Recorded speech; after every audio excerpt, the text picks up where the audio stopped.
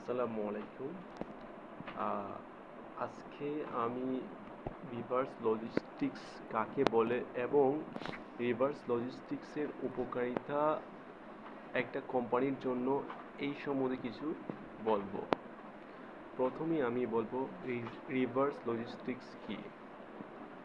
Reverse logistics হচ্ছে যখন পণ্য গ্রাহকের কাছ থেকে পুনরায় পণ্য কোম্পানিতে চলে যায়, এটাকে সাধারণত রিভার্স লজিস্টিক্স বলে।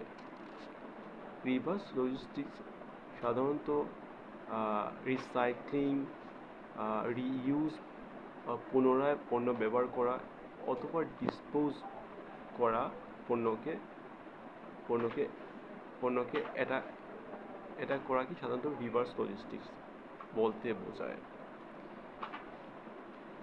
রিভার্স লজিস্টিক্স এর উপকারিতা অনেক আছে, যেমন রিভার্স লজিস্টিক্সের মাধ্যমে গ্রাহক সন্তুষ্টি বৃদ্ধি পায় অনেক গুণে। এটা অনেক পরিবেশ বান্ধব। রিভার্স লজিস্টিক্স অলসো লজিস্টিক্স এর খরচ, লজিস্টিক্স কস্ট এটা অনেক কমিয়ে দেয়।